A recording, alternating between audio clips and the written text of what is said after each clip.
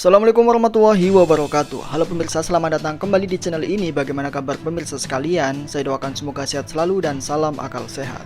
Pemirsa, 3 orang pengamat politik dalam sebuah podcast di kanal YouTube Media Indonesia mengatakan bahwa sepertinya Prabowo pelan-pelan lepas dari pengaruh Pak Jokowi. Mari kita simak bersama videonya.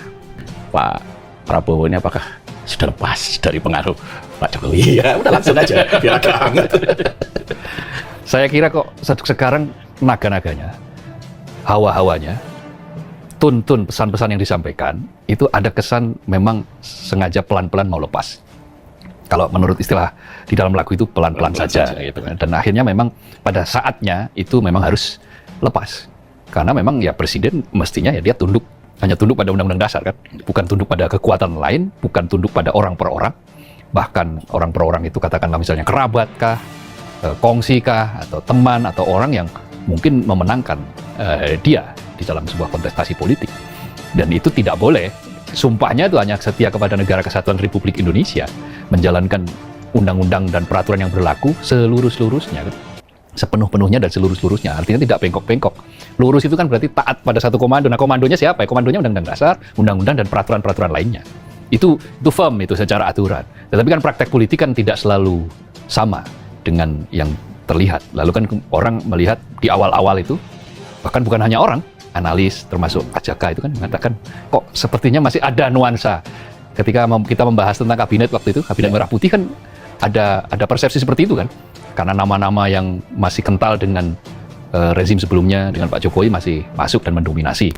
Dikatakan mendominasi karena memang ya lingkarannya masih di situ gitu loh. Selanjutnya, pengamat politik ini membeberkan fakta lama, yaitu tentang manuver politik Jokowi di Pilkada DKI Jakarta beberapa waktu yang lalu. Ia mengatakan bahwa ada intervensi dari Jokowi terhadap pasangan politik Ridwan Kamil, namun berhasil digagalkan oleh Pak Prabowo. Nah, tetapi saya melihat gejala-gejala akhir-akhir ini justru menunjukkan sebaliknya. Apa saja itu gejalanya? Nah, itu pertanyaan yang saya tunggu tadi. Saya mau tanya diri saya sendiri kan nggak enak gitu kan. Makanya saya tanya. Makanya ditanya gitu kan. Fungsi host kan begitu. Iya, itu dia. Yang belum saya tanya ke sebelah nih. Belum, nanti lebih banyak lagi. Lebih banyak lagi itu makin ngeri. Satu, Pilkada Jakarta. Nah, satu Pilkada Jakarta. Jadi saya sudah bertemu dengan calon gubernur yang kalah, yang bernama Ridwan Kamil dalam sebuah kesempatan begitu. Dan di situ saya tanya, mengapa kok tidak jadi mengajukan gugatan ke Mahkamah Konstitusi? Jawabnya adalah ya sebetulnya tim kami sudah siap. Kami juga sudah siap. Data-data juga sudah kami kumpulkan, semuanya kami siapkan. Tinggal menunggu aba-aba saja. Kami akan jalan. Tetapi the last minute ada perintah. Dari siapa perintah itu? Siapa itu yang memerintah? Nah, dia menyebut seorang nama yang sangat berpengaruh, yang sangat dekat dengan Presiden Prabowo, politikus Gerindra, ya Ketua Harian. Yang apa namanya inisialnya adalah SD, gitu. Itu, yang kepanjangannya adalah Sufmi Dasko, itu bukan inisial lagi. Yang jabatan di Gerindra, yang Ketua Harian. Ketua Harian. Jadi yang di DPR wakil Ketua DPR. ini sudah bukan bocor lagi. Oke, terus. Ini sudah sobek. Jadi di situ yang intinya adalah Sufmi Dasko menyampaikan pesan dari Presiden Prabowo, Ketua Umum Partai Gerindra, yang memimpin koalisi untuk tidak mengajukan gugatan ke Mahkamah Konstitusi. Nah, setelah itu ya sudah muncullah pengakuan akan kemenangan dari Pramono Rano-Karno sebagai gubernur terpilih waktu itu di Jakarta. Nah, padahal ya, seorang sumber yang sangat bisa dipercaya di lingkaran pemerintahan saat ini maupun pemerintahan sebelumnya, dan dia terlibat aktif, itu mengatakan bahwa mantan presiden Pak Jokowi itu sebetulnya ingin fight. Ridwan Kamil bagaimanapun harus bertarung 2 putaran, kira-kira begitulah. Nah, salah satu untuk mewujudkan 2 putaran itu adalah mengajukan gugatan. Maka berkali-kali bertelepon, sampai kemudian Pak Jokowi sendiri ke Jakarta, menemui Pak Prabowo, menemui beberapa tim inti yang terkait dengan tim pemenangannya Ridwan Kamil. Nah, dari situ pesan itu disampaikan, lalu ditangkap, diskusi, tapi kok semakin kesini belum ada gerakan. Nah, muncul kemudian telepon lagi ke Jakarta lagi, yang waktu itu kita bahas bahwa tidak betah di Solo katanya kan, itu mulai sering ke Jakarta. Itu kangen juga cucu. Itu juga dalam rangka untuk mengemas bagaimana caranya nanti, kira-kira begitulah, bagaimana caranya nanti Pilkada Jakarta ini bisa dua putaran. Nah, tapi di sisi yang lain akhirnya ada keraguan. Presiden tidak kunjung memberikan jawaban. Presiden Prabowo dalam hal ini adalah Ketua Umum Partai Gerindra tidak kunjung memberikan jawaban soal ini mau lanjut ke Mahkamah Konstitusi atau selesai di sini saja. Ya karena mungkin fakta-faktanya juga tidak terlalu kuat. Lalu ada sumber di lingkaran Presiden, di lingkaran Gerindra, itu menyatakan begini, muncul kan waktu itu ledakan kasus Suriah ya. Kasus Suriah ketika rezim Bashar al-Assad tiba-tiba digulingkan hanya dalam hitungan jam kan.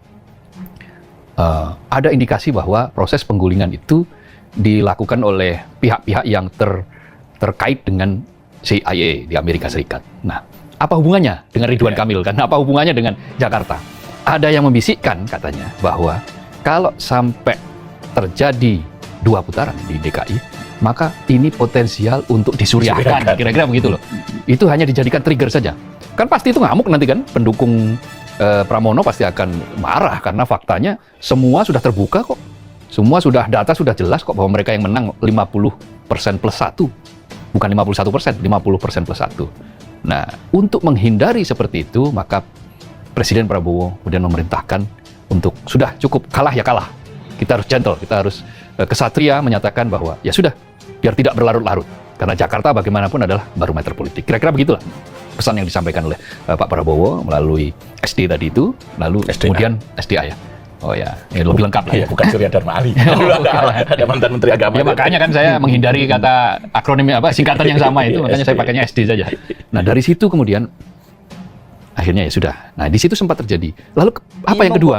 Yang terakhir adalah para pengamat politik ini membongkar fakta tentang pagar laut misterius di Laut Tangerang dan siapa dalang yang bermain di dalamnya. Yang kedua, isu yang lagi hangat sekarang ini, yang 30,16 km itu. Ya, apa itu? Pagar laut.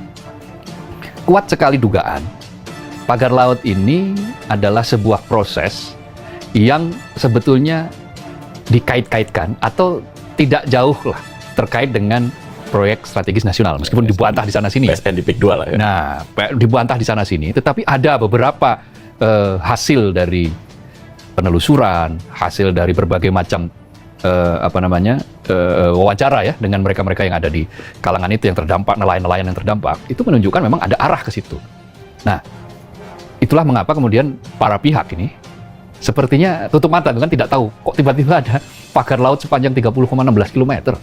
Kok tiba-tiba ketika pemasangan, ini kata nelayan ya, sebagian nelayan mengatakan kok pas pemasangan itu tiba-tiba tidak ada patroli. Kok setiap ini tidak ada patroli, lalu kemudian ada nelayan melaporkan kepala desanya malah meminta untuk tidak dipersoalkan karena ini nanti tujuannya adalah bermanfaat gitu kan. Tapi faktanya menurut Ombudsman bukannya manfaat yang didapat, tapi mudarat kan. Mudarat bagi nelayan karena itu kan daerah tangkapan ikan. Itu wilayah tangkapan ikan. Begitu dipagari kan nggak bisa pasti. Kapal mana mungkin bisa menerobos itu. Kalaupun bisa dia cabut, dia bisa kena pasal kriminalisasi, kena pasal kriminal. Tapi yang juga menarik soal pembongkaran juga. Nah, terjadi perbedaan. Ini makanya saya ceritanya ini masih kronologis terlalu lama ya. Udah nggak sabar. Sudah saya mau nyamber. Kapan bayangku? Kapan main gue? Gitu ya. Iya. Jadi biar penasaran. Jadi kenapa tiba-tiba yang mencabut itu adalah TNI Angkatan Laut? Kenapa tiba-tiba Presiden mengatakan 3 perintah yang very clear, sangat jelas tuh perintahnya. 1, segel. 2, cabut. 3, usut. Segel ini akhirnya dilakukan. Nah, ini kan peristiwa apa?